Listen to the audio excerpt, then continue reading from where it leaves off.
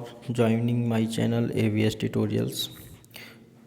आज हम डिस्कस करेंगे लूपिंग स्टेटमेंट। सी लैंग्वेज में कंट्रोल स्टेटमेंट्स का रोल काफ़ी इम्पॉर्टेंट है। मेन प्रोग्रामिंग जो सी लैंग्वेज की है वो कंट्रोल स्टेटमेंट से ही स्टार्ट होती है। तो कंट्रोल स्टेटमेंट के बेसिकली 2 पार्ट्स होते हैं मेन, एक कंडीशनल स्टेटमेंट, दूसरा लूपिंग स्टेटमेंट्स। तो कंडीशनल स्टेटमेंट का वीडियो हम पहले बना चुके हैं। अगर आप लोगों को देखना है इफ़ एल्स नेस्टेड इफ़, तो आप चैनल में जाके मेरे उस कंडीशनल स्टेटमेंट के वीडियो को देख सकते हैं। आज हम डिस्कस करेंगे लूपिंग स्टेटमेंट विथ एग्जाम्पल। तो बने रहिए मेरे साथ और देखिए कौन कौन से लूपिंग स्टेटमेंट्स होते हैं, क्या यूज होता है और क्यों हम लूपिंग स्टेटमेंट को यूज करते हैं सी में। तो सबसे पहली चीज़, what is looping statement. The looping statement are also depend on the condition of the statement, same as if statement. If condition of the statement is true then statement will executed again and again until condition become a false. मतलब looping statement वो statement है जहाँ पे condition पहले check करते हैं। अगर condition true है तो जो भी स्टेटमेंट या लाइन ऑफ कोड है वो रन करेगा। कब तक करेगा? बार बार करेगा। कब तक करेगा? जब तक कंडीशन फॉल्स नहीं हो जाती। यही कंडीशनल स्टेटमेंट में क्या होता था, कंडीशनल स्टेटमेंट में कंडीशन वो भी चेक करता था। अगर कंडीशन ट्रू होती थी तो स्टेटमेंट वहाँ पर भी रन होता था, लेकिन वहाँ पे केवल एक बार स्टेटमेंट रन होता था। यहाँ पे कब तक रन होगा? जब तक कंडीशन ट्रू रहेगी। मतलब अगर मल्टीपल टाइम्स कंडीशन ट्रू है तो मल्टीपल टाइम्स स्टेटमेंट रन करेगा, प्रिंट करेगा। और इफ़ स्टेटमेंट या डिसीजन कंट्रोल स्टेटमेंट में क्या होता था कि वहाँ पे एक ही बार रन करता था। अगर कंडीशन ट्रू है तो एक स्टेटमेंट रन कर देगा, कंडीशन फॉल्स है तो एल्स वाला ब्लॉक रन कर देगा। बट यहाँ पे क्या है कि जब तक कंडीशन ट्रू रहेगी तब तक स्टेटमेंट रन करेगा। देखिए difference between conditional and looping statement, दोनों में क्या डिफरेंस है। Conditional statement execute only once in the program, whereas looping statement executed repeatedly several number of times. Okay, तो नेक्स्ट आगे बढ़ते हैं। टाइप्स ऑफ लूपिंग स्टेटमेंट, कितने types के लूपिंग स्टेटमेंट होते हैं। There are 3 types of looping statement. First while loop, second do while loop and third for loop. देखते हैं क्या होते हैं ये। तो पहले हम एडवांटेज देख लेते हैं लूपिंग स्टेटमेंट का क्या एडवांटेज है। तो लूपिंग स्टेटमेंट का सबसे पहला एडवांटेज है रिड्यूस लेंथ ऑफ प्रोग्राम। कैसे भाई लेंथ ऑफ प्रोग्राम रिड्यूस करेंगे? रिड्यूस ऐसे करेंगे कि मान लीजिए हमें 100 नंबर प्रिंट करने हैं या 10 नंबर प्रिंट करने हैं। यूज़र से 10 नंबर लेके हमको प्रिंट करना है तो हमको क्या करना पड़ेगा? हमको 10 वेरिएबल्स डिफ़ाइन करने पड़ेंगे। अगर हम नॉर्मल प्रोग्राम की बात करें तो 10 वेरिएबल्स डिफ़ाइन करने पड़ेंगे। फिर 10 बार हम यूज़र से नंबर एक्सेप्ट करेंगे, प्रिंट करेंगे, प्रिंटफ एंड स्कैनफ का यूज़ करेंगे। देन फिर हम 10 टाइम उसको प्रिंट कराने के लिए प्रिंटफ का यूज करेंगे। इस तरह कोड जो है लेंदी हो जाएगा। और इसमें क्या होगा कि एक ही लाइन में हम कंडीशन लगा देंगे और जब कंडीशन फॉल्स हो जाएगी तो बाहर हो जाएगा। तो मतलब लूपिंग में हम लोग ईजिली यूजर से नंबर ले सकते हैं, चाहे जितने नंबर एक्सेप्ट करवाने की बात की जाए। तो रिड्यूस करता है लेंथ ऑफ प्रोग्राम को। सेकेंड है utilisation of memory space. Utilisation of memory space का मतलब ये है कि अगर हमको 10 वेरिएबल्स लेने हैं तो हम 10 नंबर्स एक्सेप्ट करवाने हैं तो हम 10 वेरिएबल्स डिफाइन करेंगे और ईच वेरिएबल्स का कुछ ना कुछ स्टोरेज स्पेस होता है। अगर इंटीजर की बात करेंगे तो 2 बाइट्स लेता है, और तो अगर 10 वेरिएबल्स इंटीजर में डिफाइन कर दिए तो 20 बाइट्स हो जाएगी। तो इस तरीके से जो यूटिलाइजेशन ऑफ मेमोरी स्पेस है वो भी इसमें होता है, क्योंकि इसमें एक ही वेरिएबल की ज़रूरत है तो हम INT लिखेंगे, उसी में वेरिएबल्स एक इनिशलाइज कर देंगे वैल्यू जो स्टार्टिंग पॉइंट होगा। तो यहाँ पर मेमोरी स्पेस का भी यूटिलाइजेशन होता है। ईजी फॉर डेवलपर के लिए भी ईजी रहता है क्योंकि बार बार वही कोडिंग लाइन ऑफ कोड लिखना पड़ता है। यूटिलाइजेशन ऑफ टाइम, जिससे डेवलपर का या प्रोग्रामर का टाइम भी बचता है। तो नेक्स्ट पहला जो था व्हाइल लूप। तो व्हाइल लूप क्या होता है? 3 टाइप्स के लूपिंग कंट्रोल स्टेटमेंट हैं। First while loop, do while loop and for loop. तो पहला है while loop. In while loop first check the condition. If condition is true, then control goes inside the loop body and print the lines of code, otherwise goes outside of body. While loop will be repeat in clockwise direction, मतलब इसमें भी वही है, condition check करेगा, अगर condition true है तो statement run करेगा, और कब तक करेगा, जब तक कंडीशन ट्रू रहेगी, मतलब जब तक कंडीशन फॉल्स नहीं हो जाती तब तक वो रन करता रहेगा स्टेटमेंट्स को। ठीक है, नेक्स्ट, तो इसका हम एग्जाम्पल देख लेते हैं कि भाई कैसे ये प्रिंट करता है, कैसे वर्क करता है। तो हम एक प्रोग्राम ले रहे हैं कि वो नंबर को प्रिंट करे 1 से 5। वो write a program to print number from 1 to 5, 1 से लेकर 5 तक के नंबर को प्रिंट करने के लिए हम एक प्रोग्राम बना लें। तो सबसे पहली चीज़ सी लैंग्वेज में हैज़ इंक्लूड stdio लगाएंगे ही, conio.h console input output function के लिए यूज़ किया गया है। और नेक्स्ट फंक्शन स्टार्ट करेंगे, wide man curly braces open किया, int i इक्वल टू 1, एक वेरिएबल डिफाइन किया i इक्वल टू 1।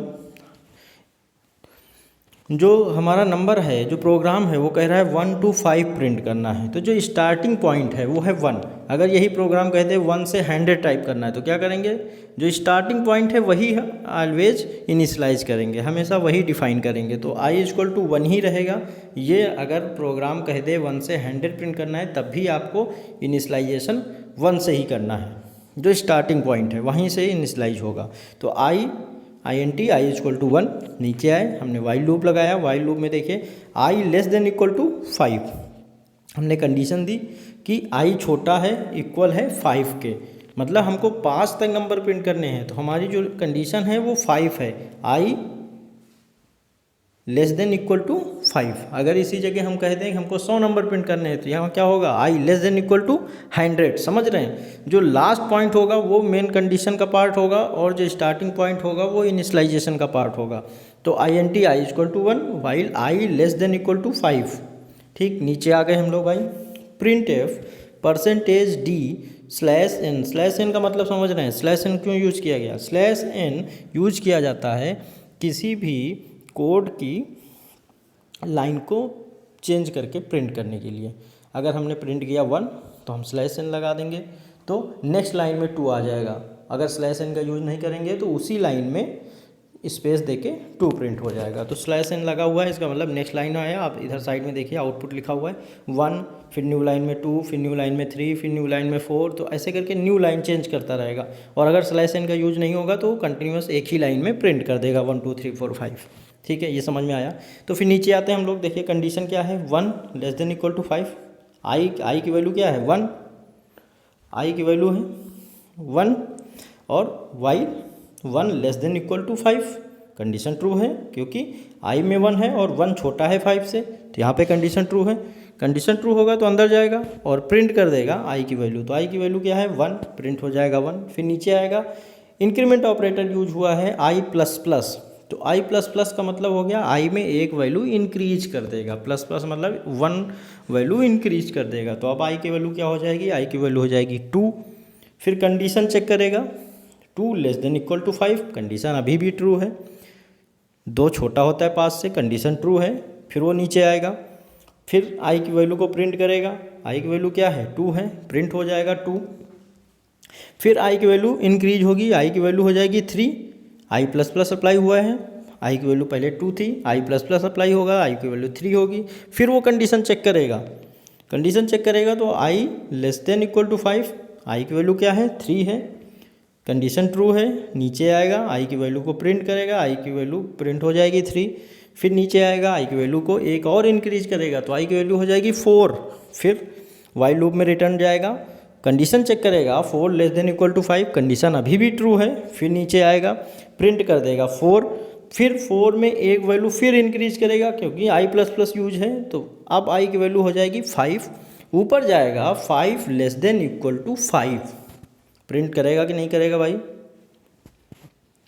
सोचिए, प्रिंट करेगा। क्यों, क्योंकि i less than equal to 5, मतलब i की वैल्यू 5 है तो 5 छोटा है 5 के, ये तो कंडीशन फॉल्स है भाई, छोटा नहीं हो सकता। लेकिन इक्वल का साइन मेंशन है, अगर हम इक्वल का साइन नहीं लगाते तो कंडीशन फॉल्स हो जाती, लेकिन इक्वल का साइन मेंशन है इसलिए i की वैल्यू 5 है, 5 less than equal to 5, condition true है, इक्वल है 5 के, लेस देन नहीं है लेकिन इक्वल है। तो फिर नीचे आएगा, i की वैल्यू को प्रिंट करेगा, i की वैल्यू हो जाएगी 5, प्रिंट हो जाएगा।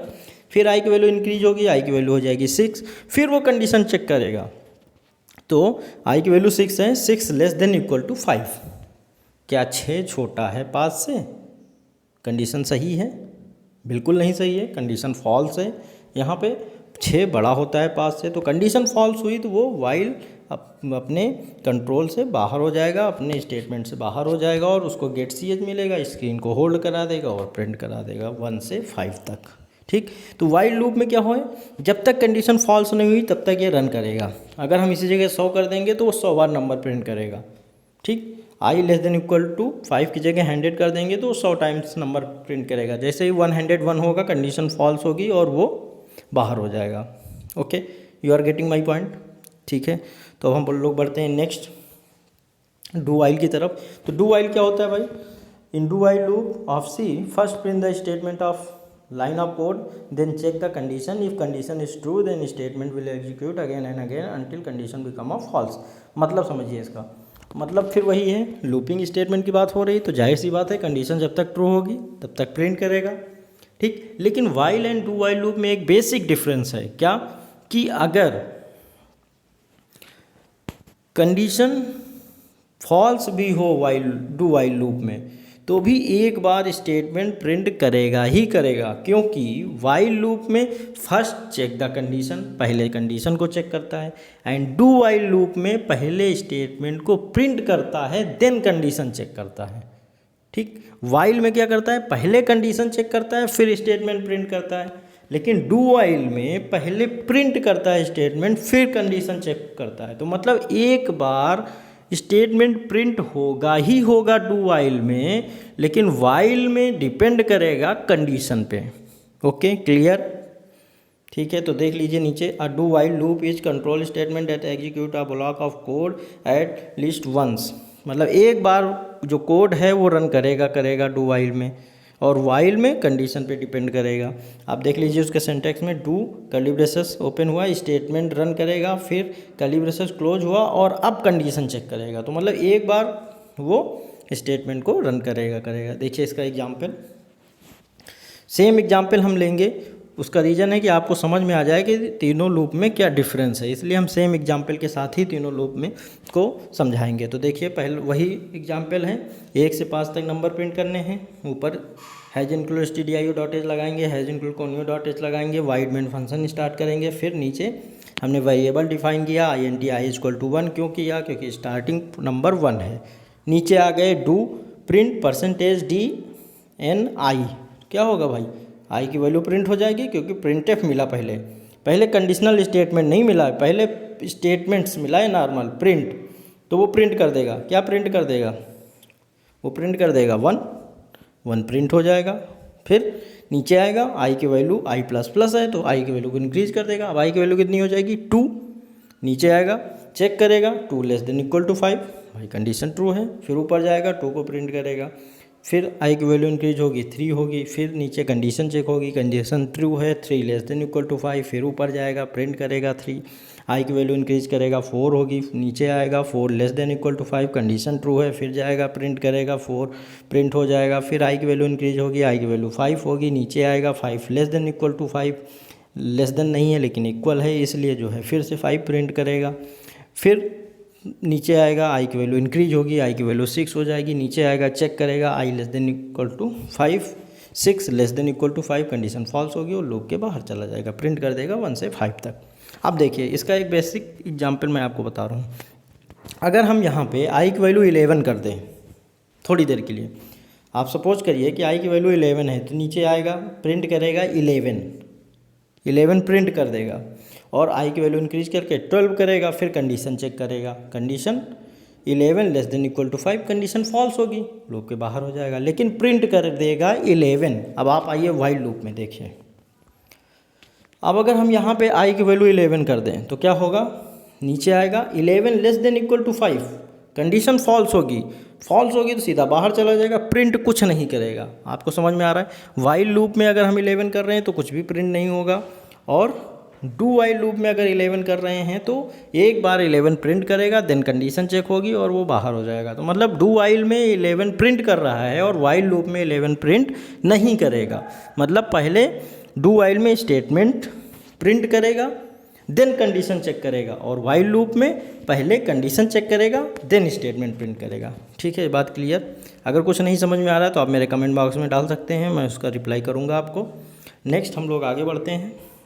फॉर लूप, फॉर लूप क्या होता है? For loop same as the while loop, इसमें भी पहले कंडीशन चेक करते हैं देन स्टेटमेंट रन करता है। For loop first check the condition, if condition is true then control transfer to inside the loop body and print statements और line of code, otherwise transfer to outside of body. ठीक है, कब तक print करता है? जब तक condition false नहीं हो जाती। ठीक है, तो नीचे देख लीजिए इनिशियलाइजेशन। हाँ, एक चीज़ इसमें खास होती है, जैसे वाइल लूप में क्या होता है कि हम लोगों का इनिशियलाइजेशन ऊपर होता है, फिर कंडीशन होती है, फिर इंक्रीमेंट डिक्रीमेंट ऑपरेटर यूज करते हैं, लेकिन फॉर लूप में हम लोग एक ही लाइन में ये सारा काम कर सकते हैं। तो इसका जो सिंटैक्स है देखिए, for initialisation, condition, increment operator, ठीक, डिक्रीमेंट ऑपरेटर का यूज, फिर नीचे लाइन ऑफ कोड, मतलब उसके जो फंक्शन ब्लॉक है उसमें केवल लाइन ऑफ कोड रहता है, बाकी सब कुछ एट ए स्टार्टिंग में डिफाइन हो जाता है। देखिए इसका एग्जाम्पल भाई, write a program to print number from 1 to 5। Same program के साथ मैंने कहा था, मैं सेम प्रोग्राम के साथ ही आप लोगों को समझाऊंगा, जिससे आप लोगों को समझ में आ जाए कि क्या डिफरेंस है दोनों में। तो अब देखिए भाई, यहाँ पे अगर हम फॉर लूप लगा देते हैं तो हमें क्या करना होगा? लाइन ऑफ कोड मेरे और कम हो जाएंगे। सीधा वाइड मेन के बाद हमने फॉर स्टार्ट कर दिया। फॉर INT I, जो INT I हम लोग डू वाइल और वाइल में पहले इनिशलाइज करते थे, वो हमें सेम लाइन फॉर के अंदर इनिशलाइज कर सकते हैं। तो INT I equal to 1, I greater than equal to 5, I plus plus, I की वैल्यू क्या है? 1, 1 बड़ा है, इक्वल है 5 के, I plus plus. Condition true है या फॉल्स? कंडीशन ट्रू है या फॉल्स? कंडीशन फॉल्स है। I बड़ा है 5 से, ऐसा नहीं है, ये कंडीशन फॉल्स है। इसीलिए मैंने लास्ट वाले प्रोग्राम में आप लोगों को ये समझाने के लिए किया कि अगर कंडीशन फॉल्स होगी तो क्या होगा। तो देखिए, I की वैल्यू 1 है, I greater than equal to 5, I बड़ा है 5 से, मतलब 1 बड़ा है 5 से। ये हो नहीं सकता, पॉसिबल नहीं है, 1 5 से बड़ा नहीं होता। कंडीशन फॉल्स हो जाएगी तो क्या होगा? वो अंदर नहीं जाएगा, तो वो प्रिंट कुछ नहीं करेगा, आउटपुट उसका कुछ नहीं आएगा। जो आउटपुट मैंने डिस्प्ले करा दिया है वो इसलिए करा दिया कि आप लोग समझ सकें, कन्फ्यूजन हो सके आपके माइंड में, लेकिन आप लोग क्लियर हो जाइए। अगर कंडीशन फॉल्स हुई तो प्रिंट नहीं करेगा। ये जो आउटपुट आपने पिछली बार देखा है वाइल डू वाइल में, वो नहीं आएगा। 1 2 3 4 5 प्रिंट नहीं होगा, ये आउटपुट नहीं आएगा। आउटपुट क्या आएगा? आउटपुट कुछ नहीं आएगा, आउटपुट कुछ नहीं आएगा, क्योंकि कंडीशन फॉल्स है और प्रिंटफ फॉर के अंदर लिखा है, इसलिए कुछ नहीं आएगा। स्क्रीन एकदम क्लियर होगी, वाइट होगी, कुछ भी प्रिंट नहीं करेगा। अगर यही कंडीशन हम बदल देते, जैसे वाइल लूप में, ये देखिए, जैसे वाइल लूप में मैंने किया या डू वाइल में किया, I less than equal to 5, अगर यहाँ पे I less than equal to 5 लगा देते तो ये फिर से वही आउटपुट आ जाता 1 2 3 4 5। Okay, clear. तो आज के लिए बस इतना ही। Thank you for watching my channel AVS tutorials. Kindly subscribe and share, like the video. Thank you.